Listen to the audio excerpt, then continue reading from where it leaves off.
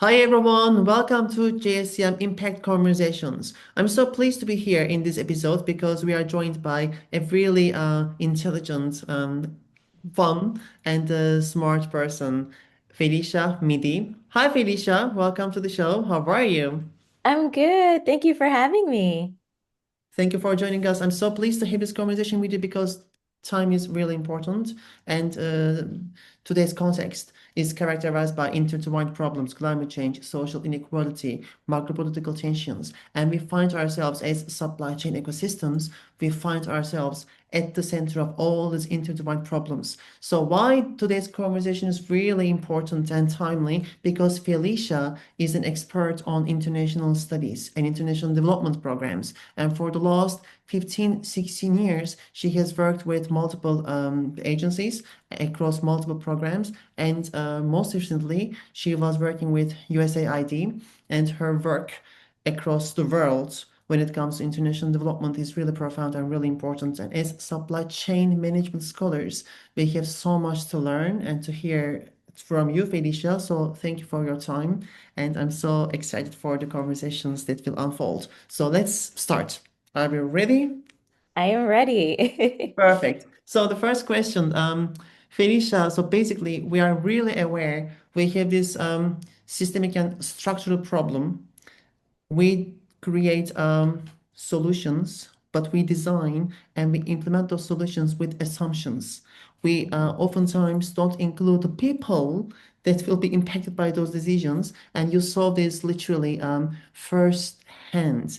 We don't really involve communities. So as supply chain management scholars, we try to really understand how to reframe supply chains, how to reframe global structures. What can we learn from you? What would you say about this power dynamics and these important cultural things that we have to really consider? Yes. So thank you for having me. And you raised a really important point. Very early in my career, when I was working in Haiti, I learned about a cook stove initiative that perfectly touches on your question. So in Haiti, there's a deforestation problem, and one of the main drivers has to do with charcoal production, because a vast majority of the households rely on charcoal and firewood to cook. So the logic of that project was pretty straightforward. You introduce this improved cook stove that will then burn cleaner fuel, which will then, in essence, reduce charcoal demand and slow deforestation. But what was actually happening with that project was that while the household received a cook stove, they used them but continued to use the charcoal. So, in a sense, it didn't solve the problem. And most importantly, the charcoal producers, the ones who lived and whose livelihoods depended on that charcoal value chain, were completely left out of the design. No one really asked them what they needed. No one really addressed the fact that charcoal production was one of the very few viable sources of income in rural life in Haiti. So the intervention was designed around the environmental problem, but not around the people that were living inside the problem. And this is a pattern that I've seen across multiple countries, across multiple sectors, where this power dynamic shows up as an assumption.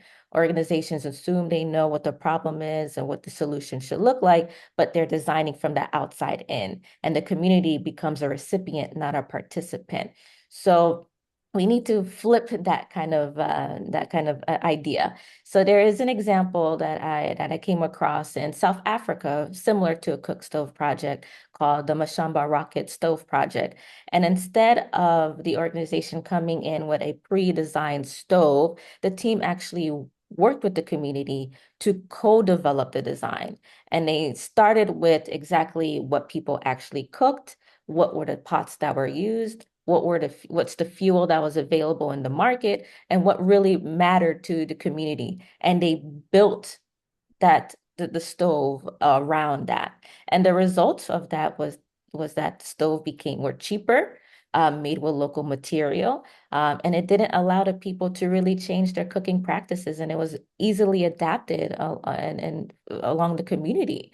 So it's the same problem, but you have a completely different power dynamic with a completely different outcome. So for organizations and supply chain management scholars entering into the sustainability programming, especially when you're dealing with rural producers, the question I pose to kind of answer to answer your question is you should ask yourself, who defined the problem and who designed the solution? And if the answers to both of those questions are the external actors or the organization, already right there, you have undermined the power imbalance that you created, and it will undermine your results as well.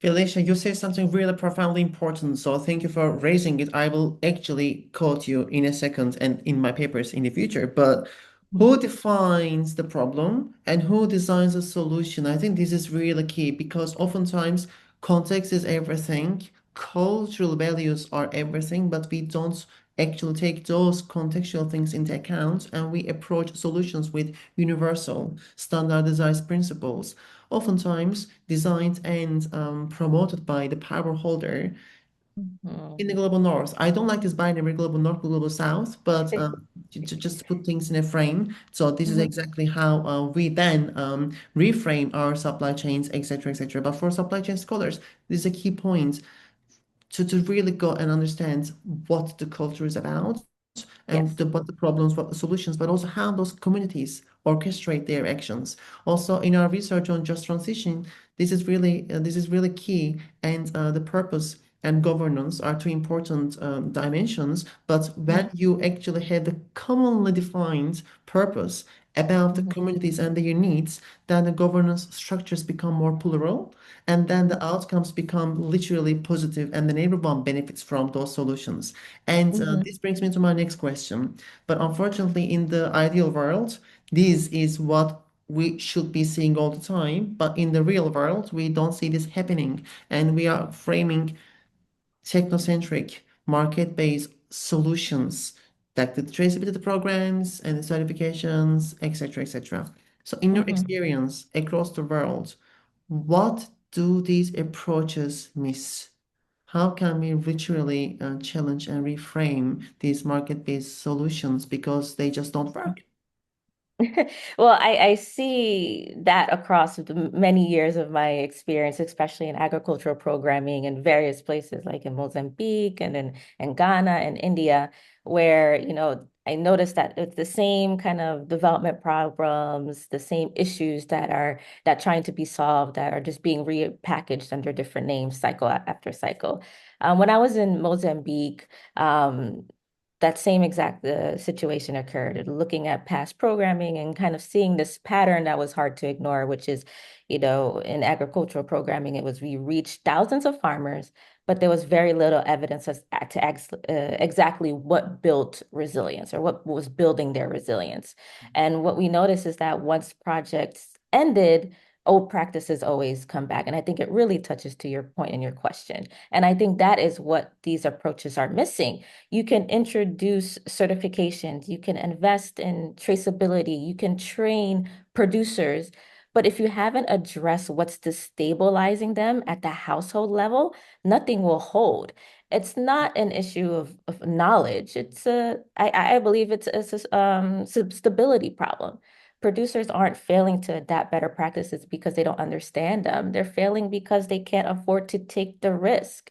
And in Mozambique, we designed a test to whether unconditional cash transfers can actually help farmers adapt better practices and strengthen their resilience.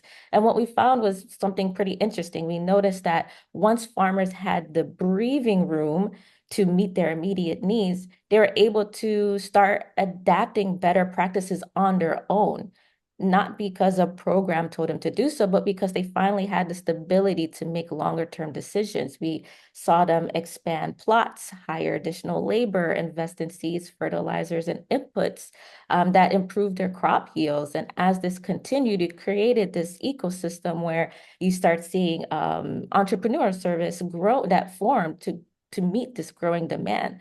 So from a development lens coming into the sustainable management supply chain, the question I pose is, are we really addressing the conditions that are enabling the producers to actually participate in the systems?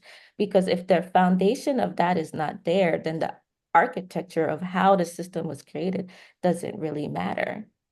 It is a great point, and also as supply chain management scholars, some of us are really trying to challenge the underlying business conditions because just creating instrumental mechanisms will not solve any of the issues because of those issues we are ending up in this place.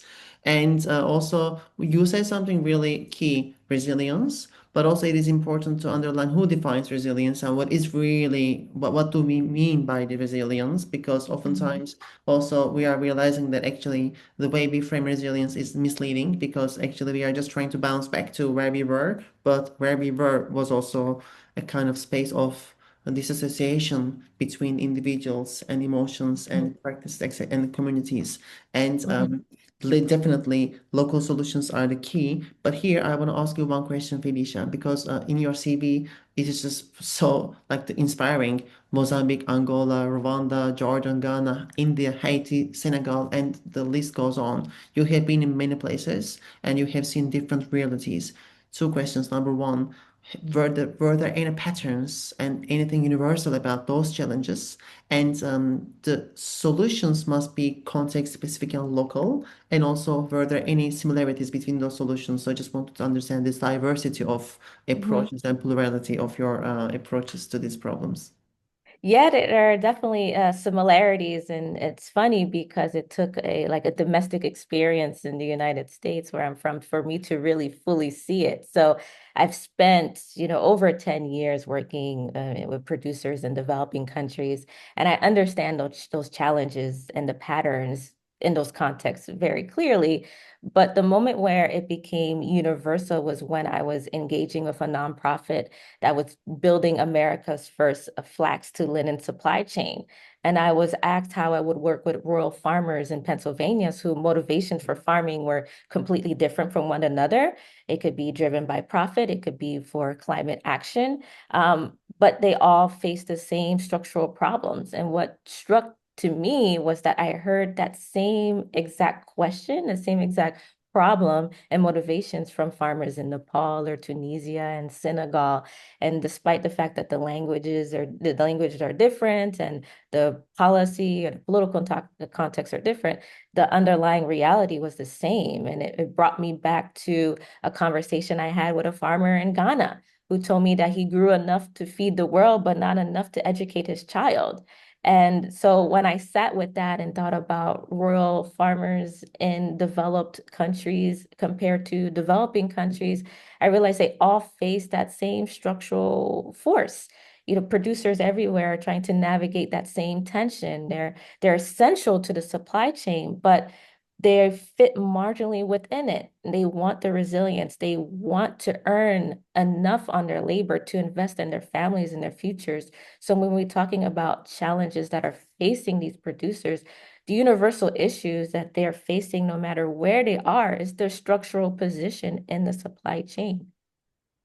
Absolutely. This is so important, but also for all supply chain management scholars, labor and dignity are not just theoretical concepts, but they are really embedded in any sort of supply chain relation. So we really have to unpack all those constructs. And I also wanted to invite everyone to join forces with Felicia. She is one of the most approachable persons, and I'm so happy to have met you, Felicia, because you are so also easygoing and really full of knowledge, but really easy to speak with. So all the scholars out there, any questions, any like the co-authorship requests, Felicia is available, and I hope she will be able to help, but I'm sure she will be able to help. So Felicia, before you go, one final question, and thank you so Mhm. much for your time, but I'm so curious to hear your vision. Today, and we are in like April 2026, and the world is going literally Mhm. bonkers. So everything Mhm. is, the things look dark, but we have Mhm. to find a way to transform darkness into something bright. So in that Mhm. ideal scenario, how would you form that multi-stakeholder collaboration based Mhm. on inclusion and equality? How does it should look? How should it look like? And Mhm. what as supply chain management scholars, Mhm. what can we do to make it happen? Well, definitely, I would start with producers being first at the table from the very beginning. Everything I've described in the questions it traces back to the same structural flaw. The people closest to the raw material are the ones that's furthest away from the decisions and how supply chains are built. So the ideal, in my opinion, collaboration would have four elements. One, uh, put development knowledge. It needs to be in the room with brands and supply chain scholars. It's not not as a social impact team that's brought in at the very end, but as technical experts on the producer level realities. These expertise are directly relevant to supply chain performance. And right now, I find that is largely absent from the conversations. Second, I would say finance has to reach the producers. We've seen how capital flows throughout the supply chain and it constantly pulls at the middle and at the top. And producers that are growing cotton, that are growing cacao or cashews are bearing their own risk and not being or not able to receive any of the benefits within the supply chain. Third, I would say the governments have to set the floor through policy. And fourth, we need to start looking at supply chain as an ecosystem and Mhm. not as an individual silo point, but the whole system as a whole. So if I'm trying to encourage a new way of thinking, it would be this. It's that international development and the supply chain management world have operated in parallel for decades, but they're solving the same overlapping problems. And the gap between the two fields are there, and the most important solutions are waiting in that area. This is so essential and so inspiring. Literally, you are underlining it's under like literally accentuating one of the most important problems, the power imbalance. Who has the money and who has the know-how and technical knowledge are not the Mhm. same entity, but we just need to orchestrate actions to make sure those two worlds come together and finance is given to those with technical knowledge and technical know-how holder will be Yes. able to deliver the information to the policymakers and to the Mhm. practitioners and to all the academics. But this requires social dialogues, and hopefully, with this inspirational speech that you have just given us, we will be able to form some new questions to push forward to make sure labor wouldn't be seen as just a commodity to Yes. optimize, but it will Mhm. be seen as an existence for many, many livelihoods and many human beings because dignity is something that we all deserve. Yes. Totally agree. Phelisha, thank you so much, and I'm so pleased to call you my friends. And please, also all the supply chain management scholars, stay in touch and reach out to Phelisha. And this is just the beginning of a longer conversation. So thank you so much for joining us, and I will see you at the next episode of the JSCM Impact Conversations. And Phelisha, hope to see you around. Take care, and see you soon. Thank you so much for this wonderful conversation. I really enjoyed it. And I Thank you hope so much. that, we can start working together as a partnership in terms of development knowledge and the supply chain management worlds. Thank you. Perfect. Thank you so much. Bye, everyone.